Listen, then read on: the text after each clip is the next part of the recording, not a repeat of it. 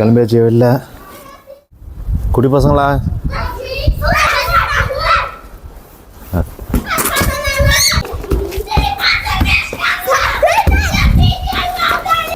ஓ, bus number 18 bus ஸ்டாப்பில் போயிட்டு அதுக்கு முன்னாடி ட்ரெயினை முதல்ல செக் பண்ணுவோம்.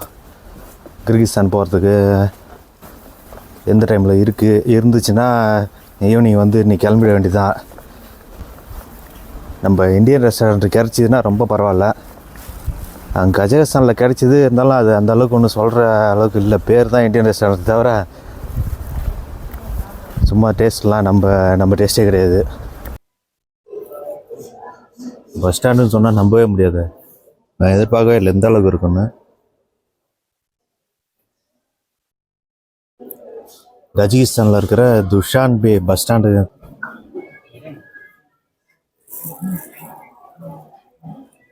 சின்ன சின்ன கீபேட் மொபைல்லாம் இங்கே இன்னும் இருக்கு. ஆப்பிள் கூட வைக்கிறாங்க. இந்த கவரிங் நகை கடை பரவாயில்ல. இங்கே உள்ளே வந்து சிம் கார்டு கடை இருக்கு.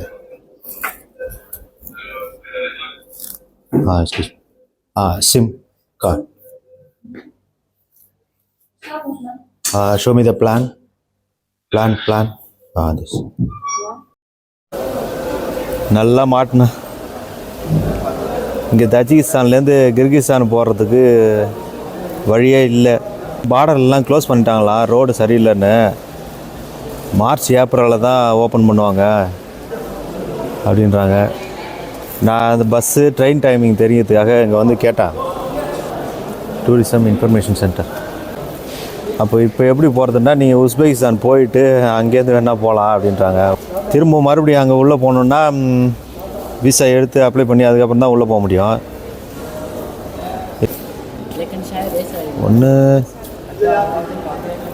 ஒன்றும் தப்பு இல்லை.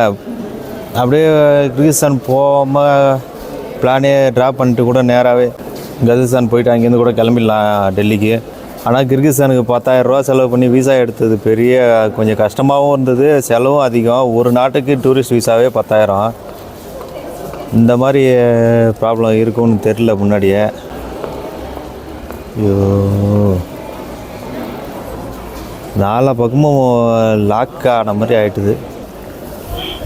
ஒரே வழி இங்கேருந்து உஸ்பெகிஸ்தான் போகணும், இல்லைன்னா கஜகஸ்தான் போகணும்.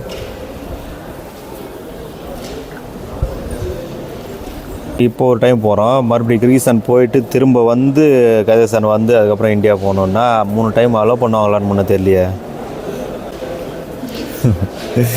என்னென்ன ப்ராப்ளத்துலலாம் சிக்க வேண்டியதாக இருக்குது பாருங்க. ஸ்மூத்தாக இருக்கும்னு நினச்சேன் பிளான்லாம். அப்படியே போகிறோம், இப்படி வரோம், அப்படி போகிறோம், கிராஸ் பண்ணி. நான் பார்த்தா இது இந்த பார்டர்லாம் க்ளோஸ் பண்ணாங்க. திடீர்னு இந்த மாதிரி நடக்கும்னு யோசித்து பார்ப்போம். இல்லைன்னா யாராவது கிடைக்கிறாங்களான்னு கேட்டு பார்க்கலாம். சிம்மு கிடைக்கலன்ட்டு தேடி கண்டுபிடிச்சி இப்போ தான் ஒன்று வாங்கினா. டீசெல்னு சொல்லி வாங்கினா 90 சோமனி 630 ரூபா வருது நம்ம பணம். வாங்கிட்டு இப்படி வெளில வரேன்.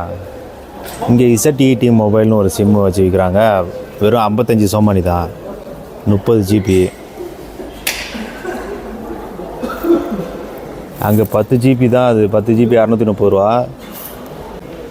எல்லாம் நம்ம வாங்கி செஞ்சு முடிக்கிற வரைக்கும் கிடைக்கலன்னு தேடிட்டுருப்போம். ஒன்ஸ் மெனக்கிட்டு வாங்கினா வாங்கி முடித்த உடனே அடுத்தது பக்கத்துலேயே ஒரு சீப்பான ரேட்டு ஒன்று கிடைக்குது. வெஸ்டர்ன் யூனியனு, கான்டாக்டு, என்னென்னமோ இருக்குது. பணம் மாற்றது வந்தால் மாற்றிக்கலாம். இப்போ நம்மளை யாரும் மாற்றி என்ன பண்ண போகிறா? நம்மளுக்கு என்ன பிளானு இன்னும் புரியலையே. திடீர்னு குழப்பிட்டாங்க. ஃபோனெல்லாம் வித்தியாசமாக இருக்குங்க.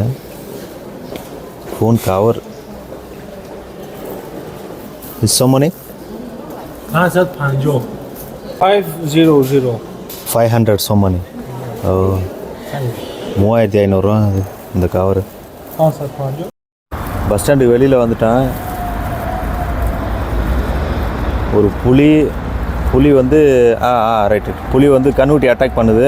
அந்த கண்ணுக்குட்டியை அவங்க தாய் வந்து காப்பாற்றுது அந்த புலிகிட்டேருந்து.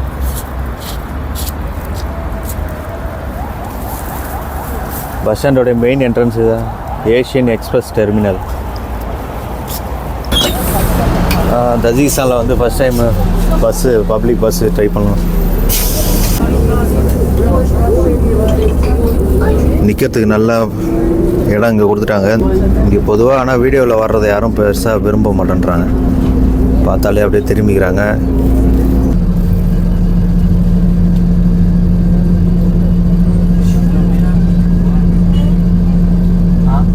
பஸ்ஸு ஓட்ட தெரியுமா தெரியாதா? 10 நிமிஷமாக பிரேக் அடித்து உள்ளே இருக்கிறவங்க எல்லோரும் டயர்ட் ஆகிடுவாங்க. 18 வந்து இறங்கியாச்சு.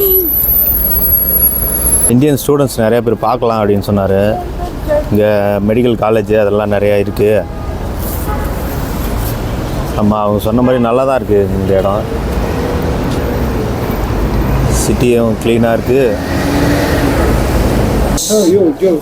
இது நான் இங்கே உஸ்பெகிஸ்தானில் 300 ரூபாய்க்கு வாங்கினேன். இங்கே 210 ரூபா தானா? 20 மணிக்கே கொடுக்குறாரு. அடம் பாவி, 140 ரூபாய்க்கே கொடுக்குறான்றாரு. நம்ம வாங்கின அப்புறம் தான் எல்லாம் ரேட்டு. பசங்க கேம் விளாட்ற சீடிங்க. இவங்களுடைய பாரம்பரிய ட்ரெஸ்ஸு, தொப்பி.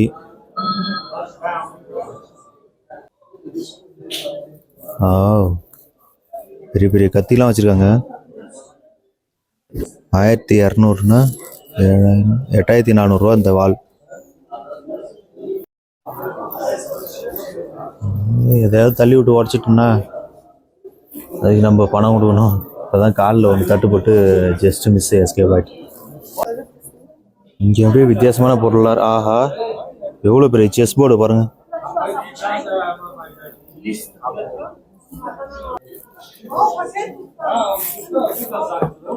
இதெல்லாம் மரத்திலே கையால் செஞ்சது போடுறது. ஆமாம்,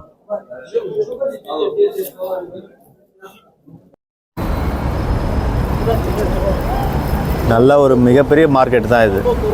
இப்போ பார்த்துட்டு வந்தது கிட்ட பார்க்கும்போது இன்னும் பயங்கர பிரம்மாண்டமாக இருக்குது. இந்த சிலையோட ஹைட் வந்து மொத்தம் ஒரு 30 அடி இருக்கும். அதுக்கு மேலே பாருங்களா, அந்த ஆர்ச்சிக்கு மேலே வந்து தலையில் வைக்கிற கிரீடத்தை எடுத்து போய் கோல்டு பிளேட்டில் வச்சு சூப்பராக பண்ணிடுறாங்க. நைட்டில் லைட் செட்டிங்கு பயங்கரமாக இருக்குது.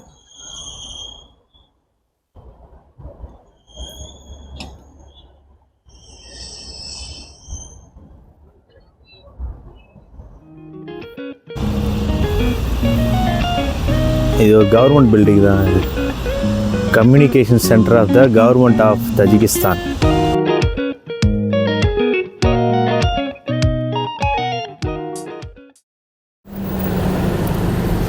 ரொம்ப பரிதாபமாக இருக்குங்க. போகும்போதே பார்த்தேன், இந்த அட்ரஸ் கேட்டு போகிற அர்ஜென்ட்டில் மறந்துட்டேன்.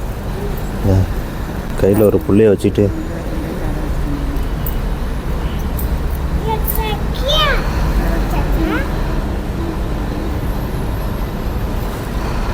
நல்லா அழகான குழந்தை, பெண் குழந்தை.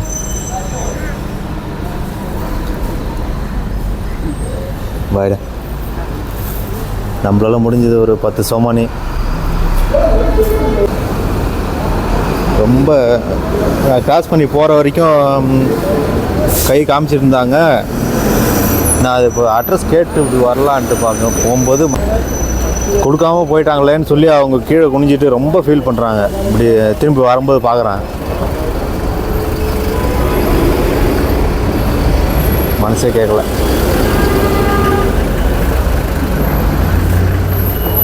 ஒருவேளை சாப்பாடு கரெக்டாக இருக்கும். நான் பேக் எடுத்துகிட்டு வந்தால் அதில் இருக்குது சாப்பாடில் இந்த கேக் இருந்தது, அதை கொடுத்துருக்கலாம்.